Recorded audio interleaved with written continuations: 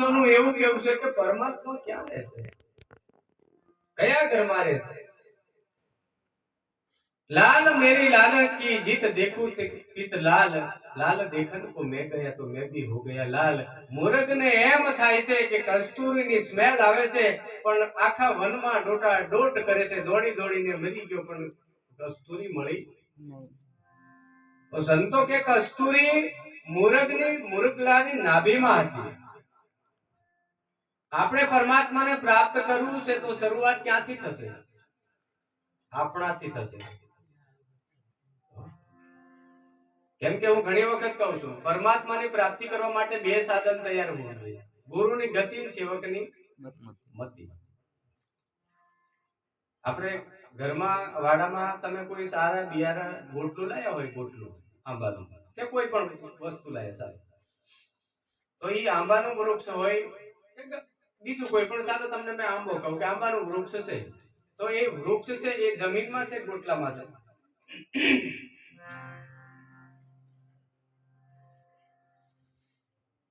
વૃક્ષ છે ઈ જમીનમાં છે કે ગોટલામાં છે?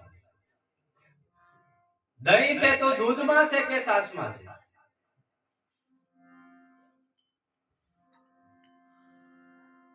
એકલું દૂધ હોય તો એને દૂધ જ કહેવાય, દહીં નથી કહેવાતું। એકલી છાશ હોય તો એને છાશ જ કહેવાય, દહીં નથી કહેવાતું।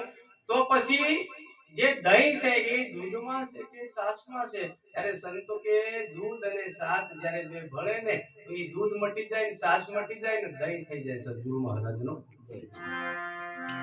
આંબાનું વૃક્ષ જમીનમાં છે અને ગોટલામાં છે, અને કદાચ એકલા ગોટલામાં હોય તો જમીનની જરૂર પડે નહીં, અને જમીનમાં થતું હોય તો ગોટલું ડાબવાની કોઈ જરૂર।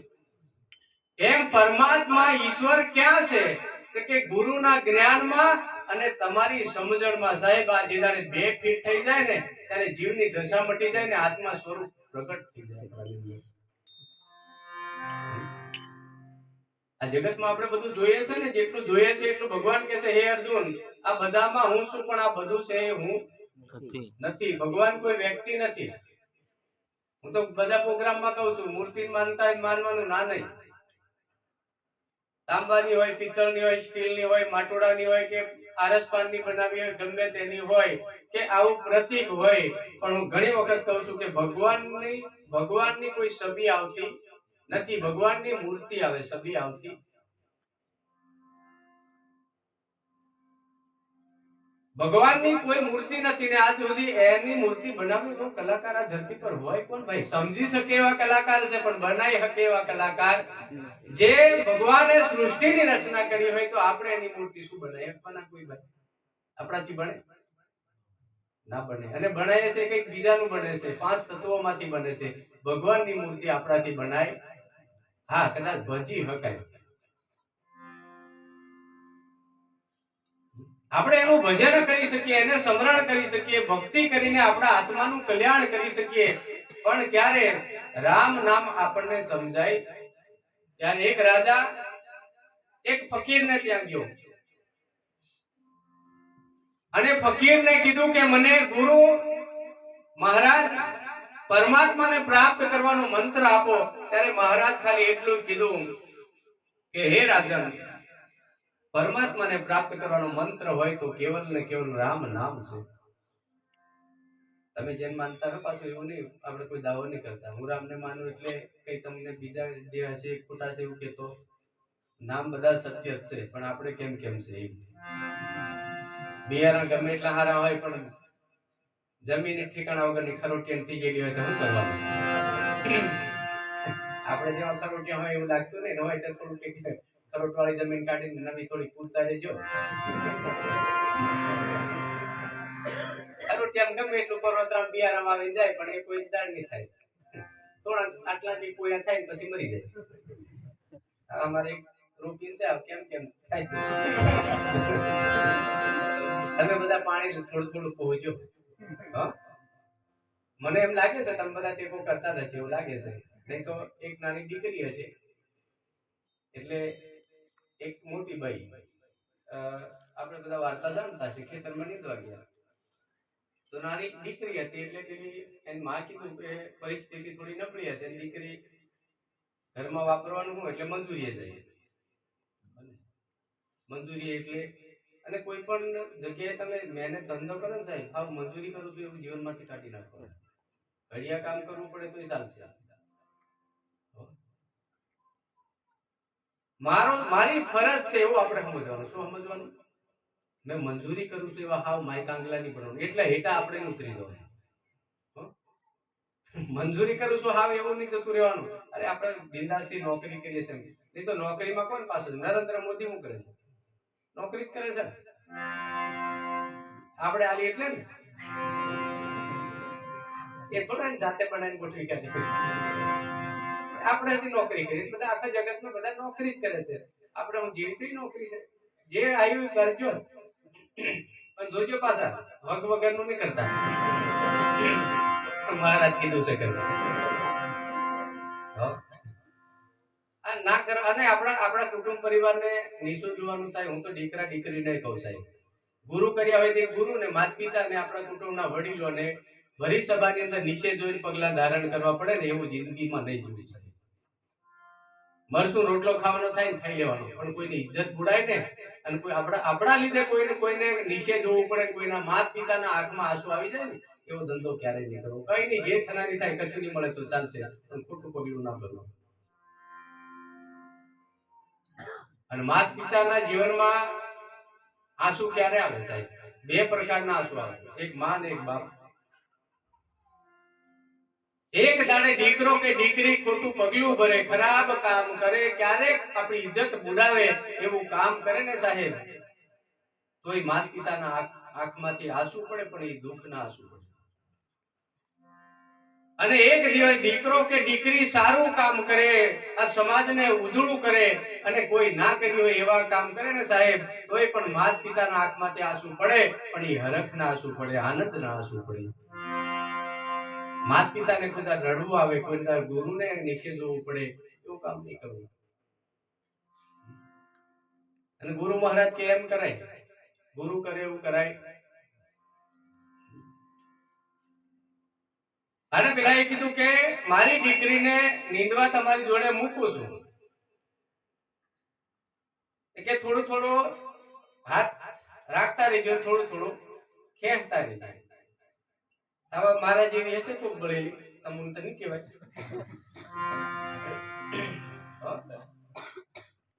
આને એવું કીધેલું કે થોડું થોડું હાથ રાખીને થોડું એક એક ઘણો સહારો નીંદી આપતી જજો, એટલે તારી હારે હારે આવે. આપણે ભક્તિમાં એવું કરજો, કોકને મદદ કરજો, અને નહીં થાય ને તો કશું નહીં કરવાનું. પણ આપણે મેં તેમ કમ કશું નહીં થાય કઈ નહીં, પણ આપણે કોઈ આડા નહીં આવવાનું, કોઈ નડવાનું નહીં. એના જેવી ભક્તિ કોઈ નહીં. કશું નહીં થાય કઈ નહીં કરશો, મને કોઈ આપણને કોઈ ચિંતા નહીં, કશું નહીં થાય કઈ નહીં કરો. અને કરો તો સાહેબ એક ભજન કરો, ભક્તિ કરો, કોઈને મદદરૂપ થાવ. આપણે કોઈ કશું લાયો હોય ને, આપણી બહેનો મેં અમારી બાજુ ઘણું એવું થાય, કોક દરેક અસર પહેરેલી હોય ને તો બીજી મોડું મેળે તમને જડતું પણ એ પહેરે પહેરવા ને. કોક બચારી મારી જેવી કાળ સાંભળી હોય ને, કાળ સાંભળી તમારા જેવા ગોરા તો નહીં કહેવાય, કાળ સાંભળી મારી જેવી હોય, અને એમ ફાડી પાડી વ્યવસ્થિત પહેરી હોય ને એમ દક્ષા નાખી હોય ને પછી એમ વ્યવસ્થિત ચાલતી હોય ને, બીજી મારી આમના જેવી ગોરી ગોરી હોય ને તે સૂટો કાઢે. હા તો હે કે પાછું દક્ષા નાખી દે, નાખવા દે તારું હું જાય એની મોજમાં છે. અને આપણે બીજાનું આ જીવનમાં બીજાનું બોલીએ છે ને એ જ આપણી તકલીફ છે સાહેબ. પોતે પોતાના અવગુણ ક્યારે જોતા, અમારા અવગુણ હે ગુરુજી તારા તો ગુણ ઘણા. અને જે તારે કબીર સાહેબ કહે છે કે બુરા ઢૂંઢન કો મેં ચલા, બુરા નહીં મિલા મુझे કોઈ, હમ હમે ખોજા તો હમસે બુરા નહીં કોઈ. એક દાડે તમને એમ થઈ જાય આખું જગત હાચું છે પણ ખાલી મેં ખરાબ છું એવું થઈ જાય ને તો સમજી જાઓ. હવેલીને કીધું કે મારે દીકરીને થોડું કે હાથ રાખજો.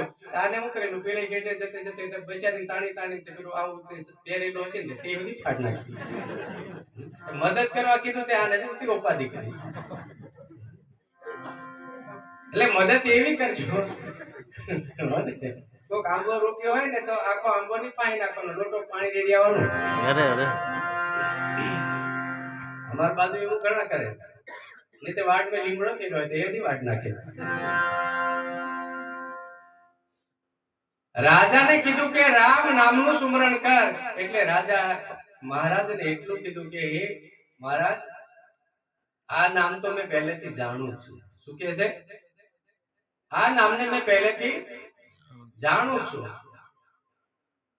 એટલે મહારાજે કીધું ખારું એક કામ કરજો, મેં તારા મહેલ ઉપર આવીશ પછી તને આ વાત સમજાશે. 2-5 મહિને 100 મહિને મહાત્મા ત્યાં પહોંચ્યા. ત્યાં જઈને ઉભા રહ્યા અને ઉભા રહીને તરત કીધું, રાજાના સિપાહીઓ હતા એ સિપાહીઓને કીધું, થોડા ક્રોધમાં આવી ગયા મહારાજ, કામ છે ને ફલાણું છે ને ઢેકડું છે, થોડું વધારે બોલી ગયા. અને રાજાના સિપાહીઓ હતા ને એ બધાને કીધું કે રાજાને કેદ કરો. કે રાજાને કેદ કરો. ત્યારે બધા હામ હામા જોઈ રહ્યા પણ કોઈ સવળ્યા નહીં. અને પછી રાજા છે ને થોડો ગુસ્સામાં થયો. રાજાને આનું કશું નક્કી નહીં. રીજે ક્યારેક ને ખીજે. એક જગ્યાએ એક રાજા આવી આપણી જેવી મંડળી, પેલાને કીધું કે આવતીકાલે તમારે બધા મારે ત્યાં ભજન કરવા આવવાનું. હું કીધું અને જે જોઈએ એવું ઇનામ આપવાનું, પણ ભજન કરવા આવવાનું. હવે ભજન મંડળી બેહી ગઈ. રાજા એક શરત કરી. પ્રધાનને કીધું, પ્રધાન તલવાર તૈયાર રાખજે.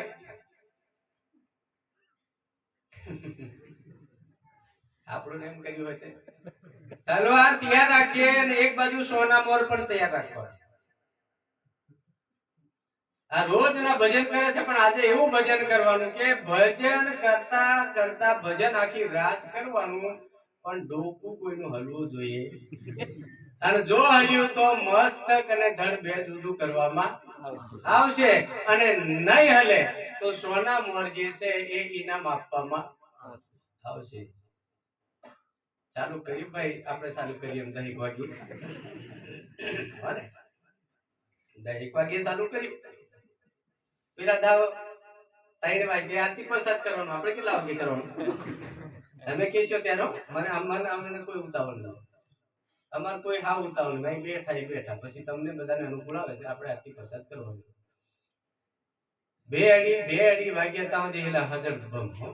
હા, મરવા કોઈને સારું લાગે ભાઈ, ભજન તો કરવાનું. પણ એનો રાજા તો તઈ બેઠો ખુરશી વાળી. પ્રધાનને કે તલવાર તૈયાર રાખજે, એક બાજુ સોના મોર તૈયાર રાખવાનું. પાર બચારા કંટાળી ગયા. હાજર ભમ કેટલું વગાડવાનું, માથે હલાવવાની. પણ પછી આવા હશે એક ભાઈ એટલે નહીં રેવાય. વૈરાગ આવી ગયો એટલે મેં ઘણી વખત કમ તમારા જીવનમાં 4 વ્યક્તિની જરૂર પડે ત્યારે ભક્તિ પૂર્ણ થાય. એક હનુમાનજી, બીજા લક્ષ્મણ, ત્રીજા રામ અને ચોથા સીતા. આપણી ભક્તિ પૂરી આ 4 હોય.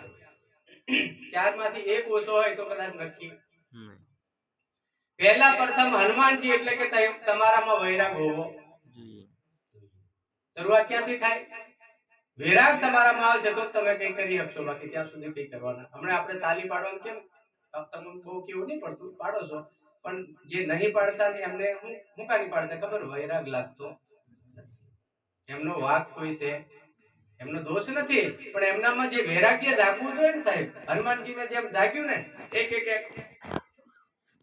એમ જાગી ગયું. પહેલા પ્રથમ આપણામાં વૈરાગ હોવો જોઈએ. બીજા નંબરમાં લક્ષ્મણ એટલે કે વિવેક હોવો. ત્રીજા નંબરમાં રામ એટલે કે સાસુ જ્ઞાન હોવું જોઈએ. પરમાત્મા વિશેની આપણને સમજણ એટલે કે નામ હોવું જોઈએ. રામનું નામ આપણામાં હોવું જોઈએ. અને ચોથા નંબરમાં સીતા એટલે ભક્તિ હોવી. આ 4 હોય ને તો આપણો ઉદ્ધાર થાય ને. પેલા હાજર ભમ મંજીરા વગાડે, 2 અડી 3 નો ગાળો થયો. અને એક આવા ભાઈ હતા, એમને નહીં રેવાય. ભજનની રમઝટ ચાલી એટલે આ એનું ભૂલી ગયો. રાજા કીધેલું તે ભૂલાઈ ગયો. રાજાની વાત ભૂલાઈ ગઈ, અને ભૂલાઈ ગઈ એમાં એનું કલ્યાણ. આપણને ભૂલાતું નહીં એ તકલીફ છે. આપણને ભૂલાતું નહીં હમણે આપણે ગુરુ ગમે એટલું સમજાવવાનું હોય ને સમાજની વાતમાં આવી જાય ને એટલે કોઈ કે ગુરુ બધું ઠીક છે જન જરી બાદે કે સર ખરોડ રે અહીં તને કોઈ જર કશું કે ડીજે જેમ કૂદવા જવાનું હોય ત્યાં આ ગામ જવાનું હોય કદાચ અને પછી પાછા એમના ઘેરથી બાઈનું નામ સવિતાબાઈ કે ગાવડે સાંજ જવાનું એટલે આપણે વખત કે દરેક દસના ઢોકળાજી કૂદવું પડે ને એટલે કે હાલ તે તું કરતી હશે જરીક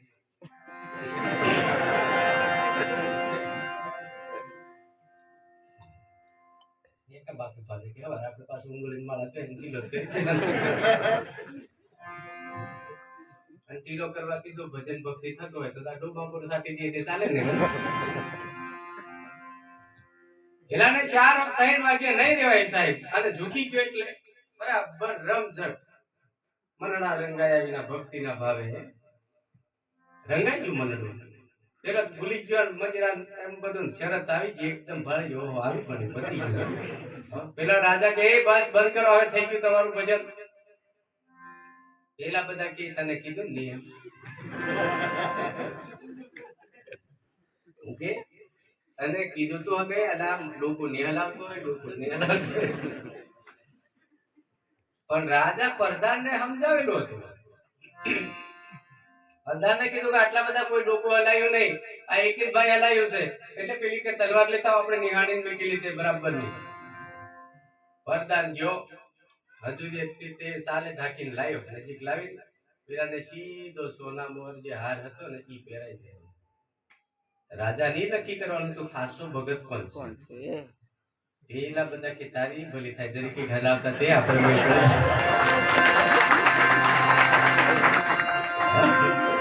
પેલા પછી લાળ પાડે થોડું થોડું ડોકો હલાવતા કમસે કમ થોડું થોડું હાથ લાગતું ને ભૂલ ખાઈ ગયા આપણે ભલે રામદેવજી